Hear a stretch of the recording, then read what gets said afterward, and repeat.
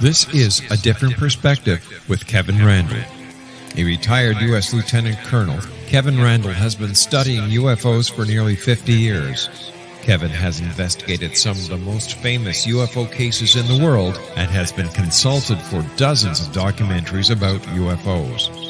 Considered one of the leading experts into the Roswell UFO crash of 1947, Kevin has written more than 25 books about UFOs, including the recently published Roswell in the 21st Century.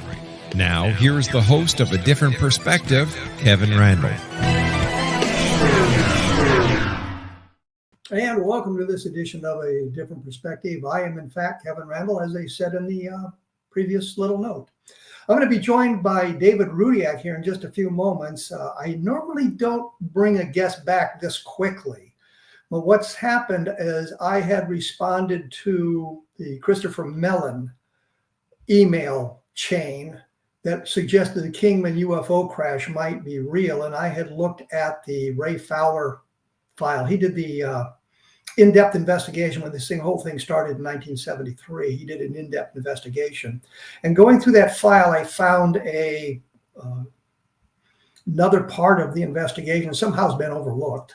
And I myself have to admit that I didn't really see it either, where they talk about the main author, Arthur Stanzel, being having contact with alien beings and participating in astral projection.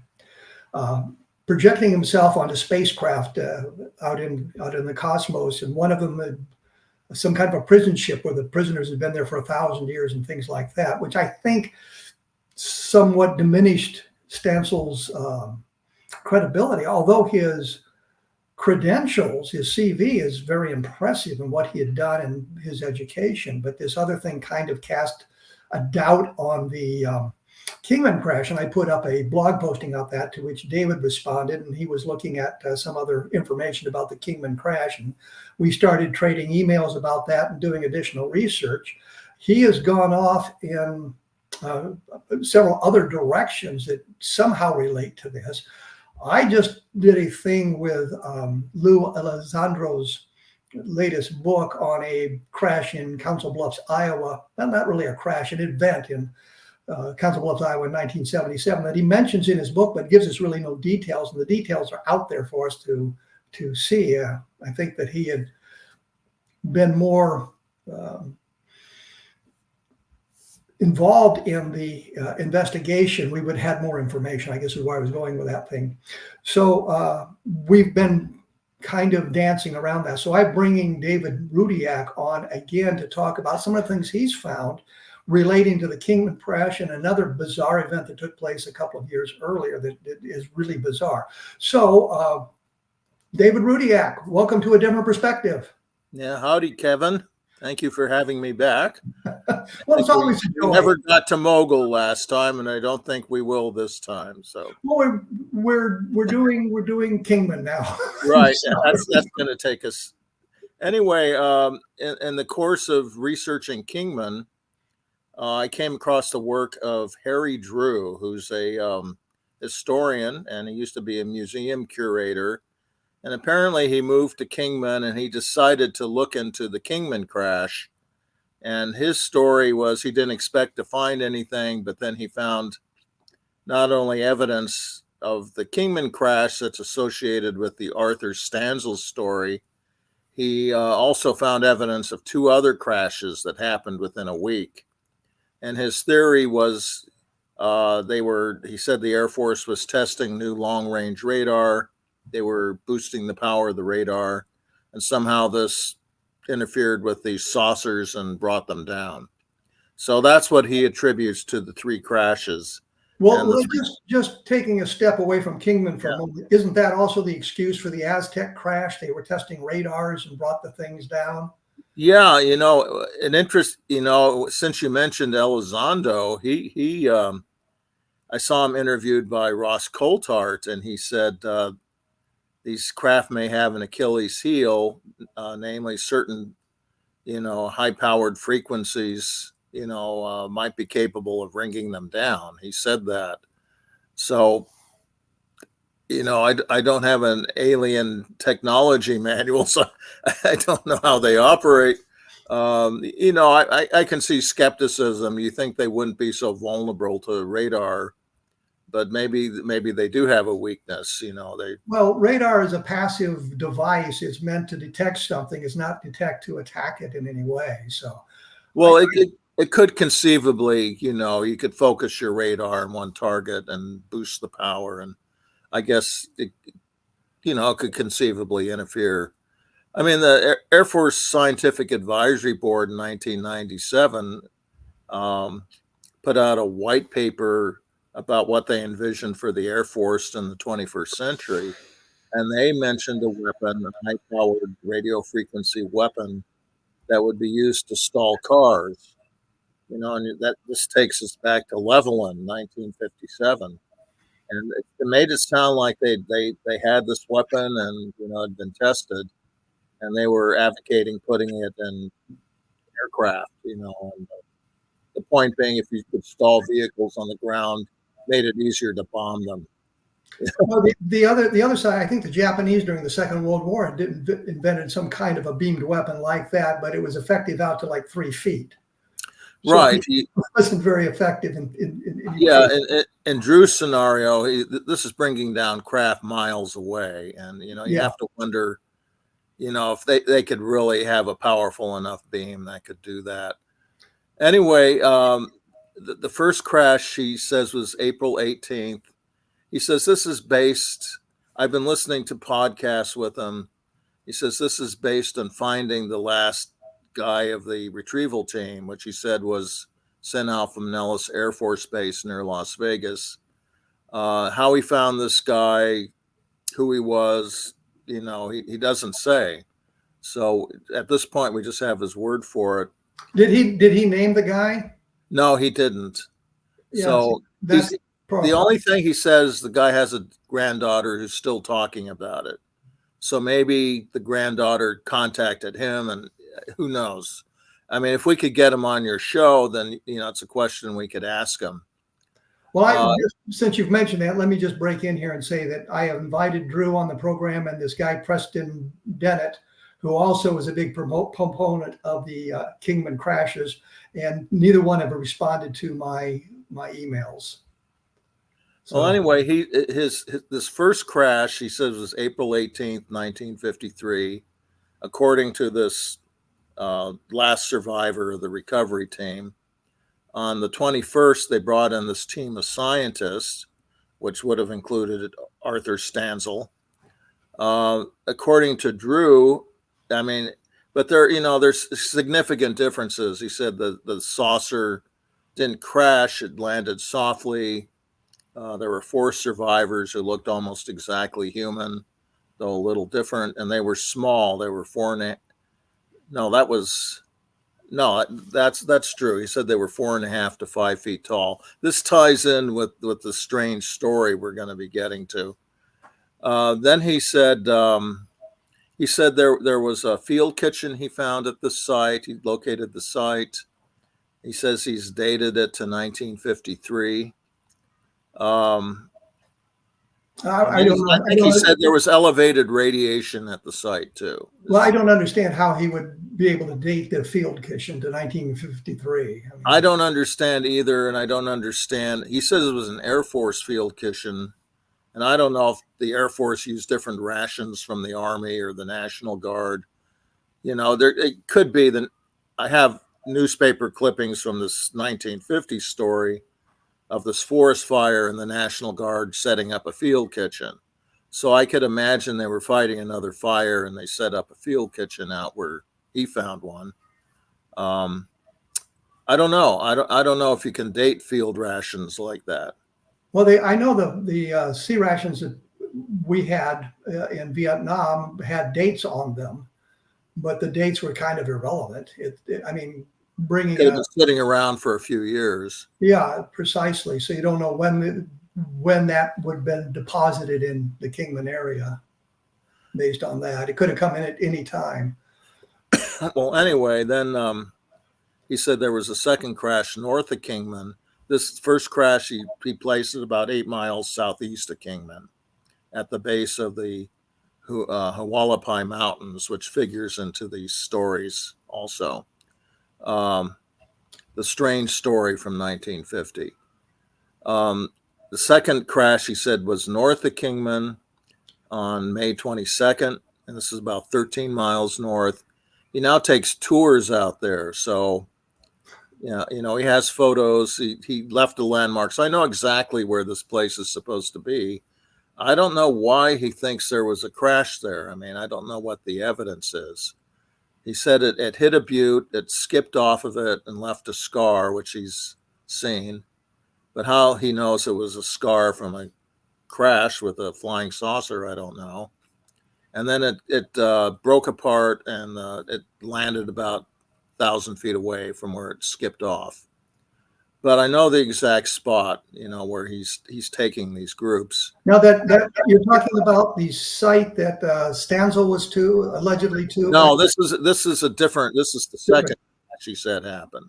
Okay. So the first site he said was southeast of Kingman, about 8 miles. This second site on May 22nd was about 13 miles north of Kingman, and he said the Red Lake district. There's a Red Lake desert. It's a dry lake. It's actually south of that. It seems to be separate from the dry lake. So that was, and he said instead of 4 live aliens, there were two live, 2 injured, which were taken to Nellis Air Force Base, and the 2 injured ones died. Now, how he's gotten all this, again, I don't know. There's no details. And then he said 2 days later was a third crash where a craft crashed into the Hualapai Mountain, which is about a dozen miles southeast of Kingman. And that's the Stanzel site then, the third crash. No, this is above the Stanzel site. The Stanzel site was down at the base of the mountains, and this was actually up in the mountains. So what you're saying is these things were raining out of the sky in early 1953. Right. And but there's no mention, I think, in the local newspaper about any of this. Well, Dave, let me break in here because we're going to have to take a break here.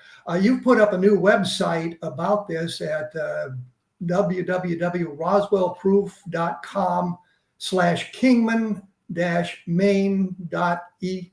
Well, underscore Maine.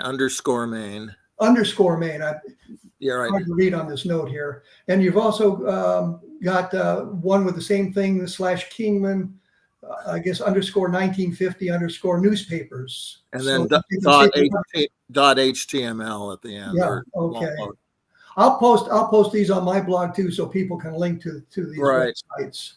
And of course, mine is kevinrandle.blogspot.com. I'll be back with David Rudiak here in just a moment. We'll flush this thing out for you, so please stick around.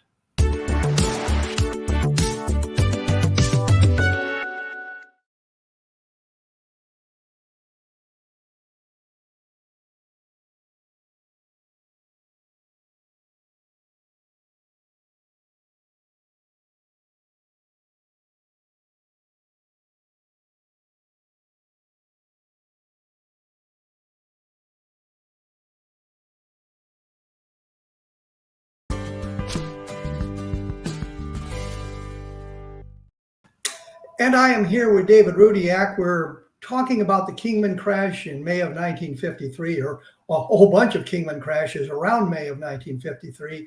And in the research that you were doing of this, I think people understand where the Kingman crash was going, but you came across this other bizarre story that took place about 3 years earlier. And let's get back to the third crash that crashed into the mountain. Starts a forest fire. There's more to the story, okay, according to Drew. He says on the front page of the Kingman newspaper, the Mojave County Miner, he says there's a story where a park ranger up there came across 2 odd-looking men, suspects them of maybe arson, takes them into custody, takes them back to the sheriff's holding cell, which is beneath the courthouse in Kingman. And this is a very secure facility. It's, he says it's underground. It's got thick concrete walls. It's got a double locked door, 2 doors, which are different locks, and then sheriff's deputies on the outside guarding it. The sheriff comes to question these guys, and the sheriff turns up again in 1950, and they open the door, and these guys aren't there. They've vanished. So it's but there's one way in, right, to this jail cell. There's only one way. Now, the only way, unless this place has to have ventilation vents. So if they're little guys, did they crawl? I have no idea. Anyway, he says this is in the newspaper, so we should be able to check it if we can get a hold of the newspaper, which I haven't been able to done in just a week. Anyway, this ties in with what happens in 1950. So these are the 3 1953 crashes. Then he said, I came across evidence that there was a crash in 1950 as well. And this happened on, it starts on June. This fire, another fire, big forest fire broke out in virtually the same spot in 1950 on June 20th. And by the next day, it was getting out of control, and a bunch of Kingman residents rushed up, to see it. Now, this is in the newspapers. I mean, this is well documented in the newspapers. The fact there's a fire is documented. There was a fire. There was a big fire, and hundreds of people went up there. Then there's this in the Kingman paper.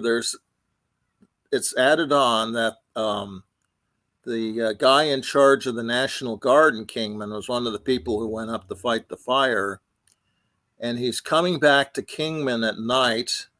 And he sees these 3 guys at the side of the road who were badly burned.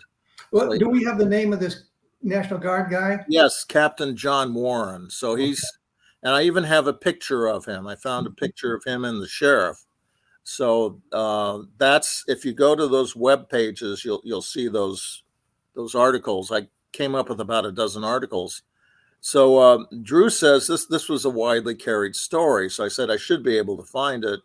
And so I did, web searches, and sure enough, I came up with about a dozen other newspapers. But the stories about the forest fires are not a UFO or anything. The stories about the forest fire, then it goes into the disappearing men. Okay. And 1 or 2 of the newspaper articles is strictly about the disappearing men. It's one of those good reader interest stories. So the basic story is this National Guard captain, John Warren, picks up these 3 guys. One of them is so badly burned, he dies on the way to the hospital. They get to the front of the hospital, at least in most of these stories. So he gets them to the hospital, and there's an ambulance there. And according to the Kingman newspaper, one of the surviving burned men says, there's our ambulance now, as if they're expecting an ambulance for them.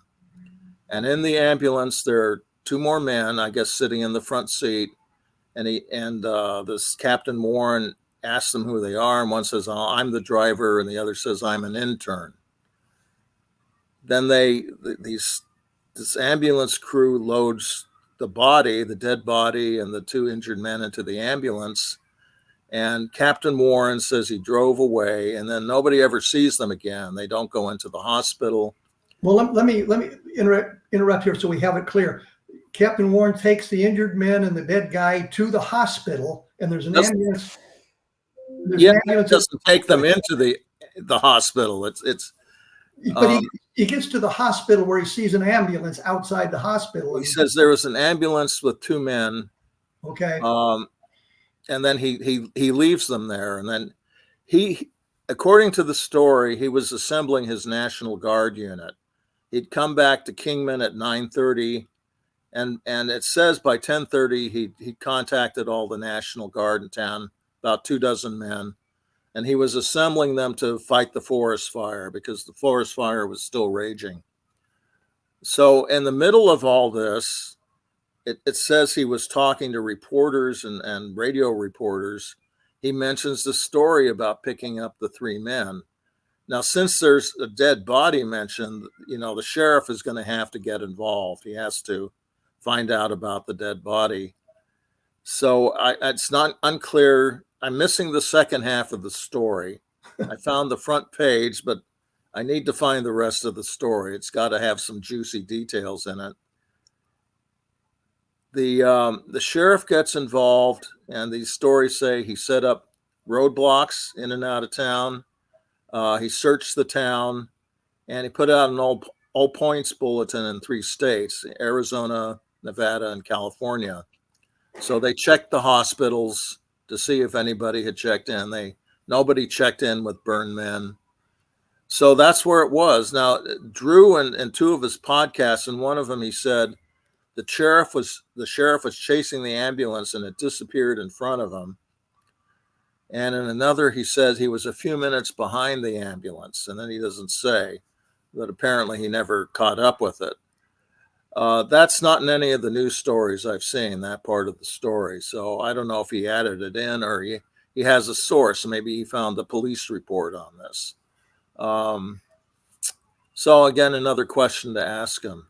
But anyway, it's a very, very strange story. I mean, you have this National Guard guy. He's come back. He's fighting a fire all day long. He's come back to Kingman to assemble his National Guard unit to fight the fire. And in the middle of this, he tells this story about picking up these 3 men.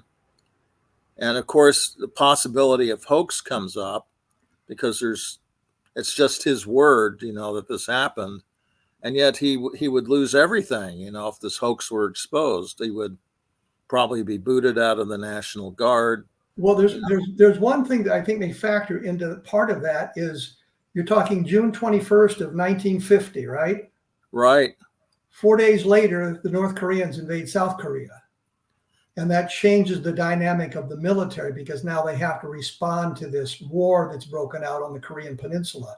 That may have saved, if he is making it up, that may have saved his career. I don't know. It's just something that sparked in my mind given the dates.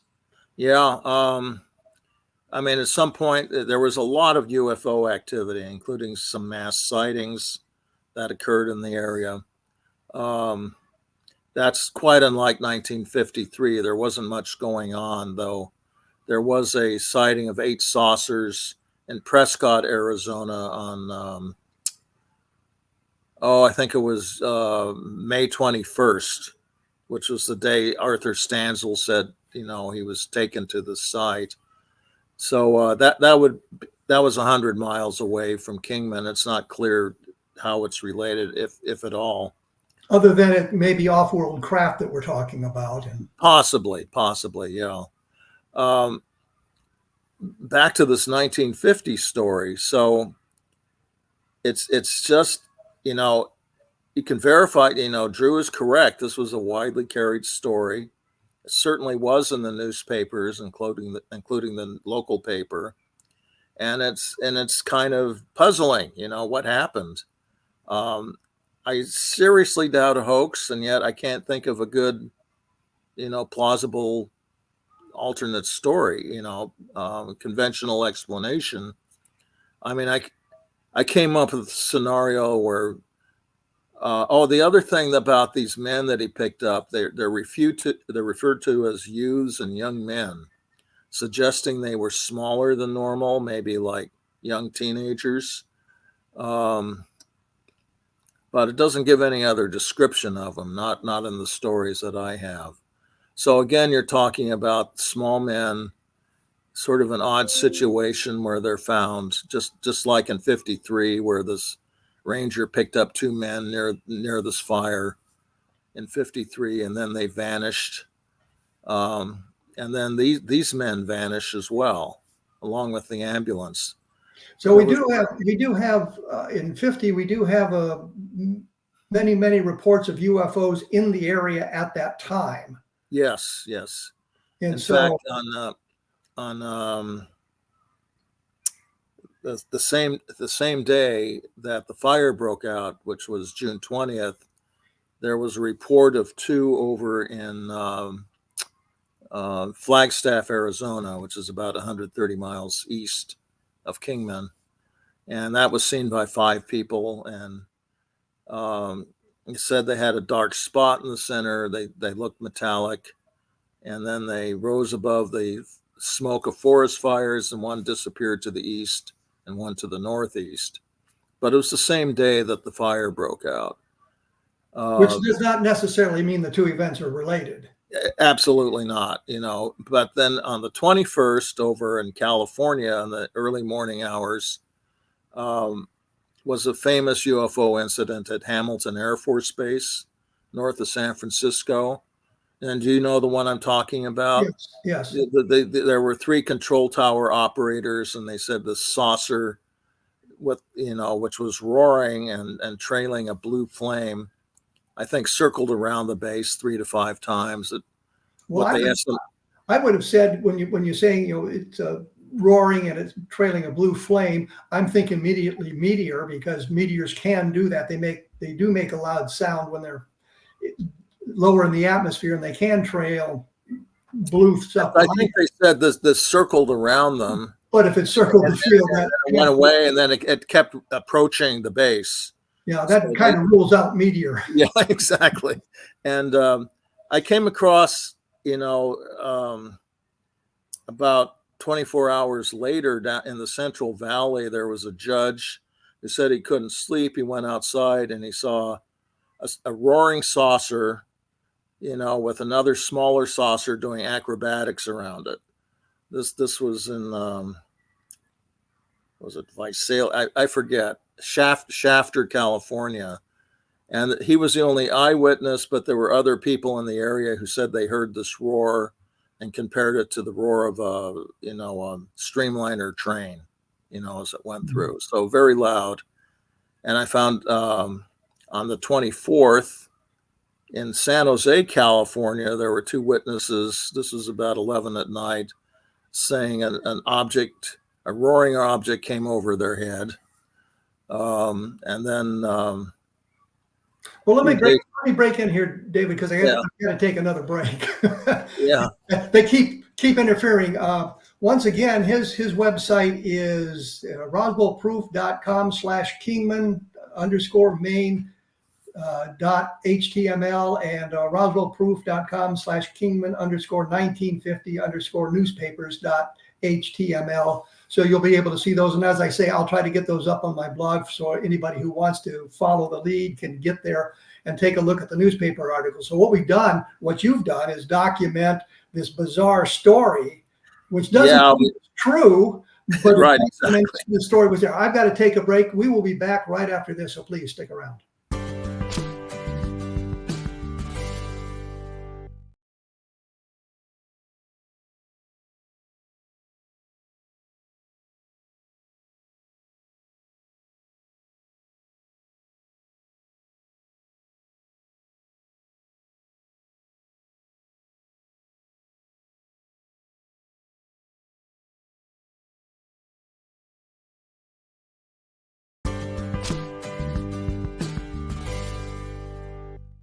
I am here with David Rudiak. We're talking about a bizarre event in the Kingman, Arizona. I want to say Kingman, New Mexico, Kingman, Arizona area.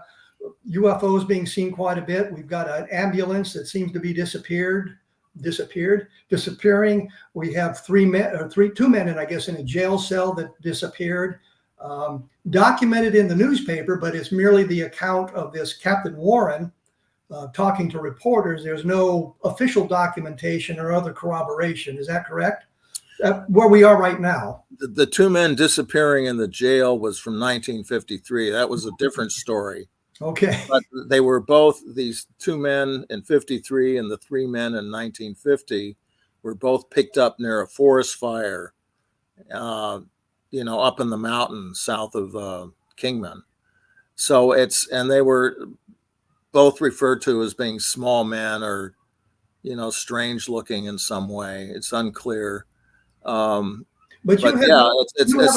you haven't had an opportunity to take a look at any official records of this thing, that the sheriff may have produced a police report or anything. Well, you haven't had an opportunity to see anything like that yet? Well, no, absolutely not. There just hasn't been time. And I would hope Harry Drew, in the course of going through, he says he's been through all this documentation.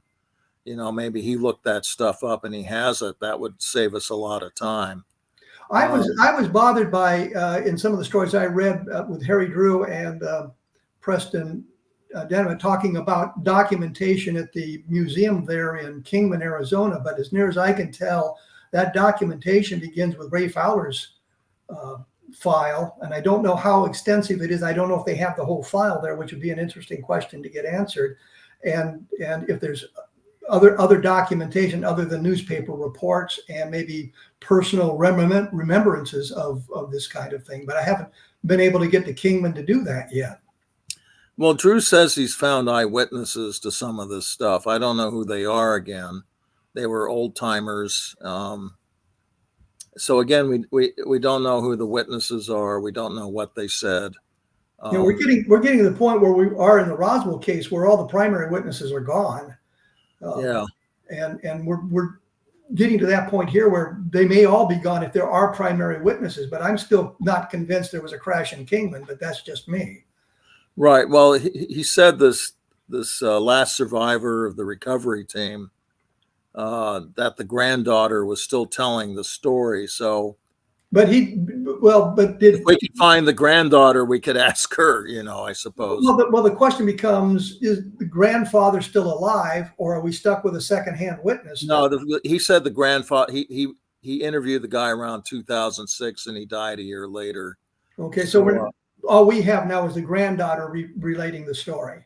Now, the sheriff, in the course of searching these newspapers, I discovered he had a teenage son with the same name. So he would be about 90 now. If he's still around, maybe he knows something.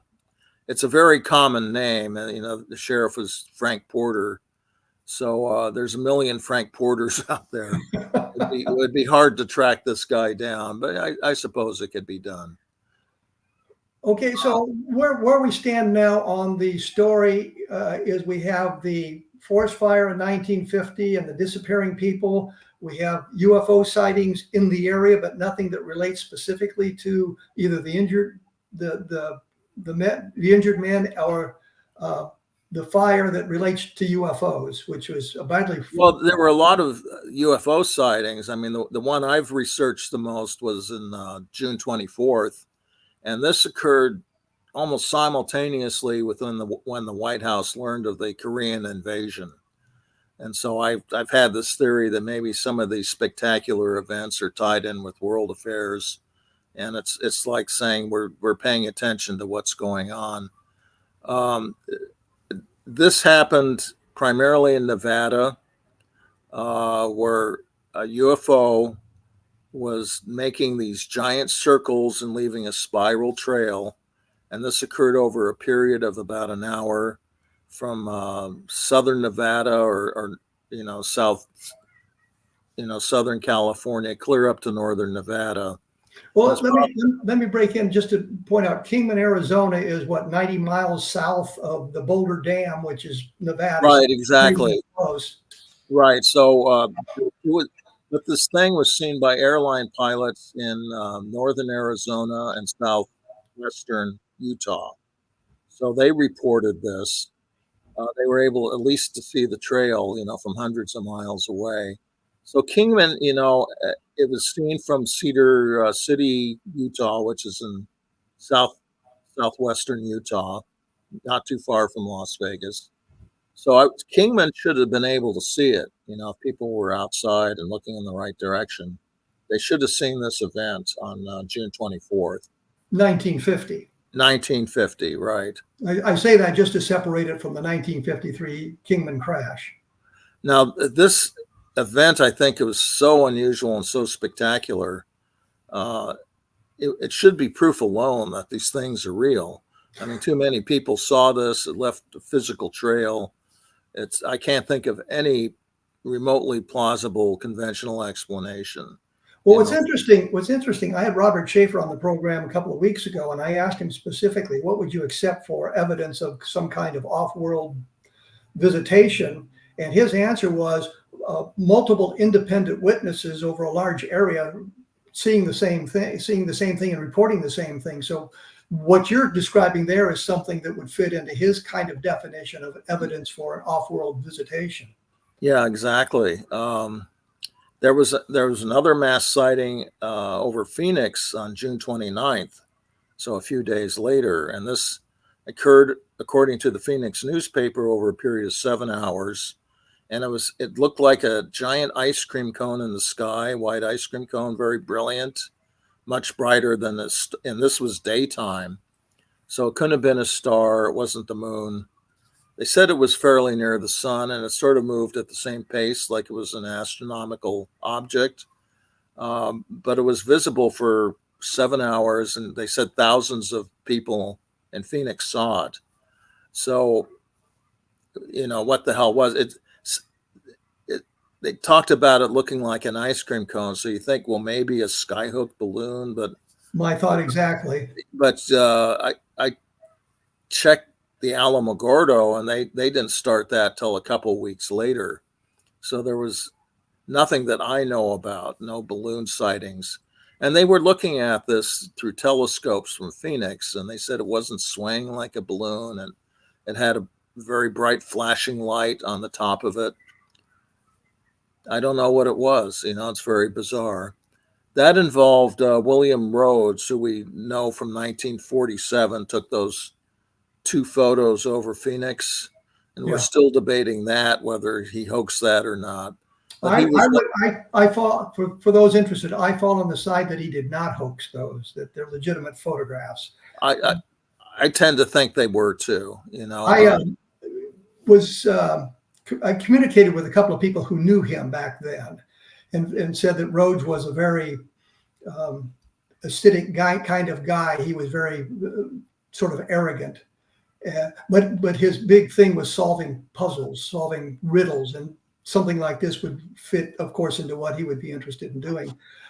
He also held a number of patents, and he had been involved with the Navy at the beginning of World War II, and they assigned him a PhD equivalency. The Navy had gotten to the point where they didn't have enough people with high educations. They designed a number of tests, and if you did so well, you got the equivalency of a bachelor's degree. If you did so much better, you got a master's degree, and if you did really, really well, you got the equivalency of a PhD. So he was kind of that kind of a personality.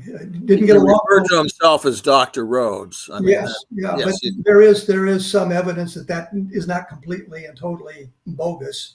But my opinion is the photographs are authentic. I can't see any way that he faked those, or any reason for him to fake those. He built a telescope. This was in the newspapers. He built a telescope for the nearby observatory. What was it? Is that Kitt Peak? I'm trying to remember. And it had a video on it. It was the first of its kind. So he was contacted by people from University of Arizona to solve some problems for them, and a friend of his was trying to get him a position with the university, and he just didn't get. Once he solved the problem, he wasn't interested in doing anything else. He solved the problem; he was going to move on. So, kind of a weird guy in that respect. Speaking of UFO sightings, there was mass sightings the day before this June 24th sighting, with leaving the spiral trail for hundreds of miles. There was another mass sighting in the south between Alabama and Texas, and it was seen by a Air Force weather plane out in the Gulf, and they filed a report with Project Blue Book. So that was seen by thousands of people as well over a 4-state area. Not as bizarre as what happened the next day, but seen by a lot of people, and no good explanation was forthcoming. So where we are here is we've got the bizarre ambulance story. We've got the bizarre disappearing guys from the jail cell, but we don't have any follow-up on that. You haven't been able to track any of that further? The jail cell one, well, what Drew has said is he thinks the sheriff didn't bother putting out an all points bulletin because he didn't want to get into the same situation he was in 3 years earlier, where he couldn't find out what happened to these missing men in the ambulance. He just decided he was up against something, beyond that was well beyond him. But I haven't seen the 2 men disappearing from the jail cell story. I'm hoping to track that down. I know the museum in Kingman has the newspaper on microfilm, so I plan to try to contact them and see if they can dig it up for me. I've been to the museum once and looked at the microfilm, so they should have it there still. I was just looking for evidence of a crash. I wasn't looking for ghost stories, you know. Or bizarre disappearances. Bizarre disappearances, yeah. And I was just looking in that, the time frame from May 1953, and I didn't find anything. Is the 1950 stuff tied into the 1953 stuff other than the location? It's the same location, where the fire, he said they were within a mile of one another, the fires. Same location, same mountain, same disappearing people. Other than that, and I'm not sure how they tie in. He says he has eyewitnesses who saw something crash into the mountain, but again, that's Harry Drew saying that that's Harry Drew, right? But he hasn't provided his names and documentation to kind of support that. Now you say you have his book. I've been trying to find his book. No, Dennett's book, Preston Dennett. Preston. I thought you had Harry. No, I couldn't get it. I couldn't find a copy on.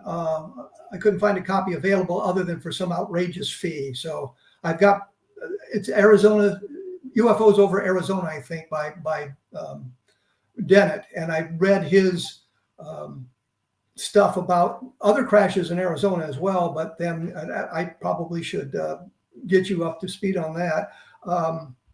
And then the Kingman crash, which is not as well researched as it could have been. I'm going to have to take a break here. It's getting away from me. I will be back right after this with David Rudiak, and we'll continue our discussion. So please stick around.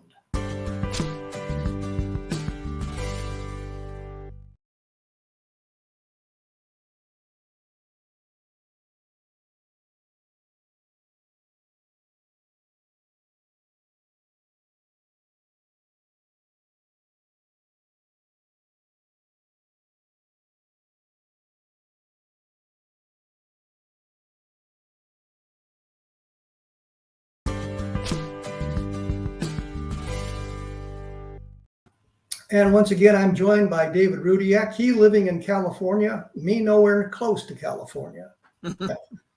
to my good fortune, I suppose. Halfway between here and the right coast. Yes, I'm on the left coast, and you're in the middle. Yeah, in flyover territory. Right. So anything else we need to know about these bizarre disappearances that we haven't covered yet? Well, the last I found, which was the other day, is the Phoenix newspaper. They were talking about the fire being under control and talking about pulling out the National Guard unit. And then it mentions this story again, and the sheriff said he was still looking into it. This story dated to June 24th. So this is 5 days after this fire broke out. And the sheriff said he was still looking into it. He was trying to run down some rumors, but he didn't have anything definite. And then it just vanishes, the story. I can't find anything else. I would think the Korean War probably wiped it out of the newspapers. It wiped out a lot of these spectacular UFO cases too, and they just weren't reported. So the only reason that June 24th, the big spiral case got attention is that there was an United Airlines pilot between Las Vegas and Los Angeles. They were near the town of Baker, which is about 90 miles outside of Las Vegas.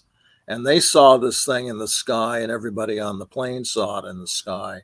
So they held a press conference in Los Angeles a few days later. And then that case got into the newspapers. That's how I found out about it. Just, going through the newspapers from that period. I think I was researching the Trent case and seeing what UFO activity was. And just for the audience, the Trent case is Paul Trent taking a couple of photographs in McMinnville, Oregon in May of 1950, which...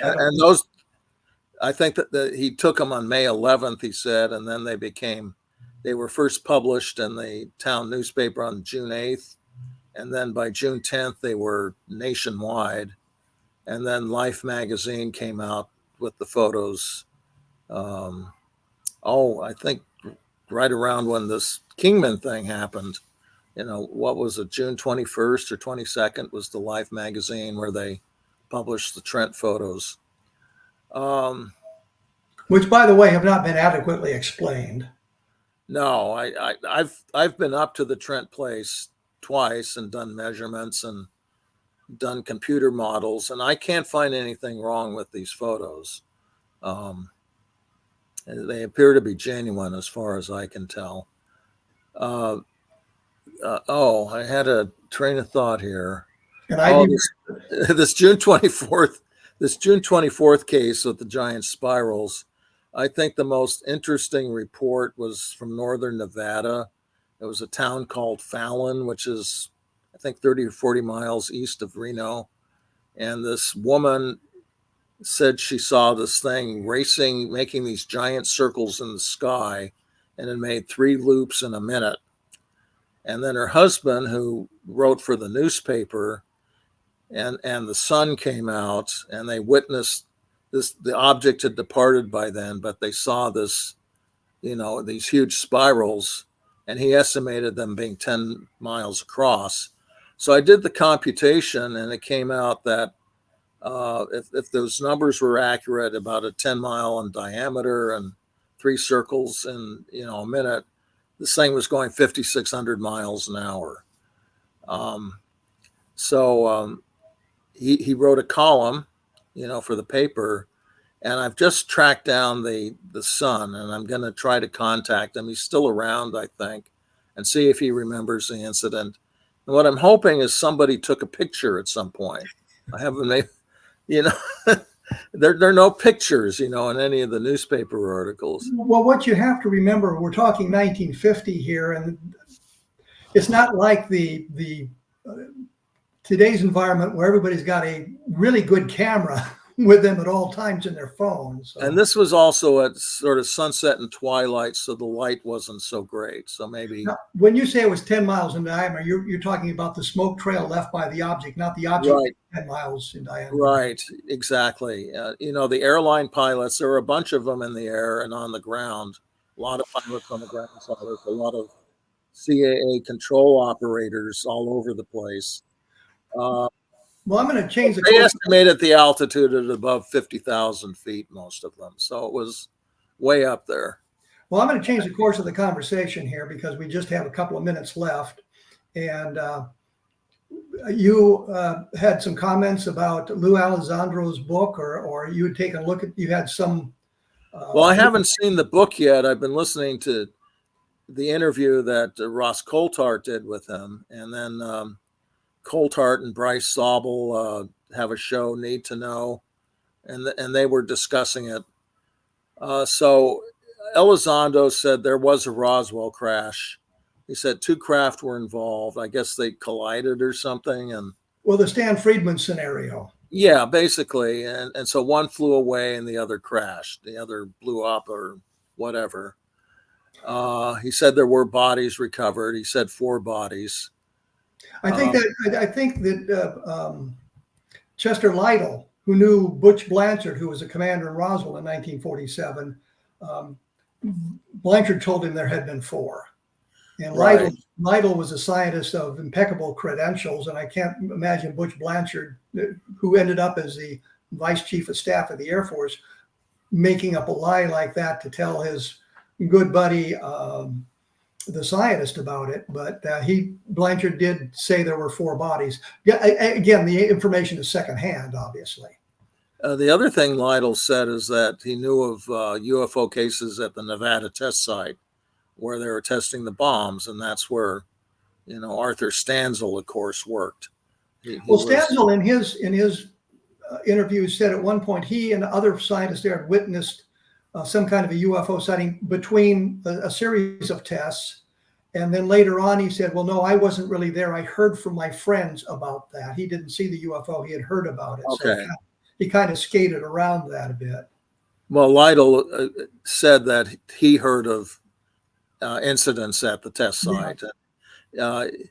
Part of Lytle's background is he built the implosion device for the first A-bomb test. He was an engineer. He ran an engineering firm in Albuquerque.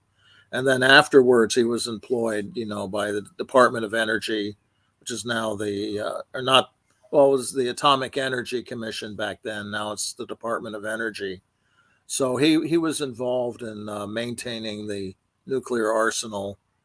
You can see he might be privy to information like this.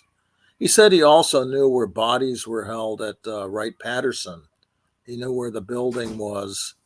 Well, to take a detour from that for just a moment, when I spoke to General Exxon, who is the base commander at Wright-Patterson in the 60s, he told both Don and me on separate occasions that one of the bodies had gone to probably Lowry Air Force Base in Denver because the Army held a mortuary service there in 1947, and they were trying to figure out a way to preserve the bodies, which, of course, you've got a biological sample from another world. You're going to want to preserve it.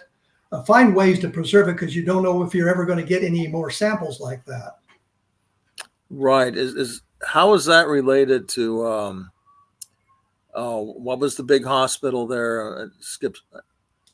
Fitzsimmons. Fitzsimmons. How is that related to Lowry Air Force Base? Fitzsimmons is an Army hospital. Lowry was an Army airfield at the time, but it became an Air Force base. And other than being military organizations, I don't think there was any real relationship there. Well, are they anyway close together, or they're not that far apart? I lived in Aurora, Colorado when I was growing up, and the main gate to Fitzsimmons Army Hospital is probably 2 miles from my house. And of course, Lowry Air Force Base wasn't that far away either. So okay. They were co-located, but they were two separate installations, one of them being Air Force, one of them being Army. I'm sure there was coordination between the two at the time, but Lowry is now no longer there, but Fitzsimmons. I was researching another a nurse who her sister said was involved in the Roswell aliens and somehow, but she worked at Fitzsimmons Army Hospital. So maybe that was the connection. I was wondering if it was such a large hospital, whether the mortuary service was there. And maybe that's what General Exxon was. But this was at Lowry Air Force Base, you're saying? Well, Lowry Air Force Base, he said that it would have been Lowry Army Airfield and Fitzsimmons Army Hospital. But the interesting thing, my swim team in high school, we practiced at the swimming pool on Fitzsimmons Hospital because that was the only facility we had. And from when I was in junior high school, you could see Lowry out the windows of the junior high school. So, I mean, I was right there in that area. Yeah. Well, anyway, okay. Well, back to this 1950 case. Let's see if we can put it. They never found out what happened, as far as I'm concerned. Either the story was made up or there was something very, very bizarre that happened. I really can't imagine this National Guard captain making it up, just for fun while he's fighting a forest fire and getting his troop together.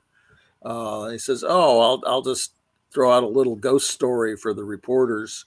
And yeah, I can't imagine him making the thing up. There's just no motivation. There's zero motivation. He had everything to lose.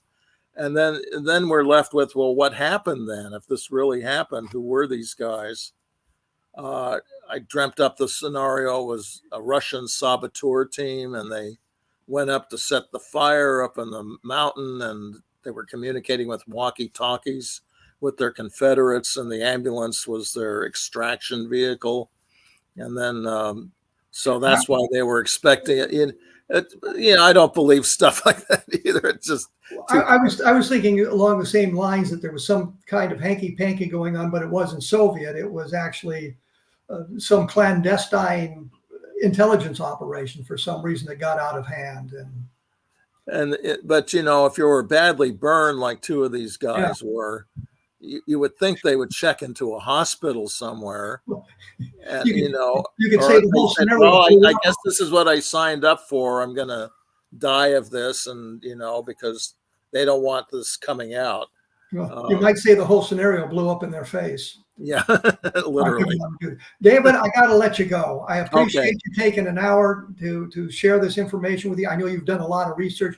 I went off on a different tangent doing something with the one of Alessandro's stories in Council Bluffs, Iowa, which I've got a big I put a posting up just this morning about that for those who want to take a look at it at www.kevinrandle.blogspot.com. Once again, I've got the information for the websites that David has put up and the information he's put up on his various websites. I'll get that posted to my blog so that you can link to it easily rather than having to try to type all this stuff in there.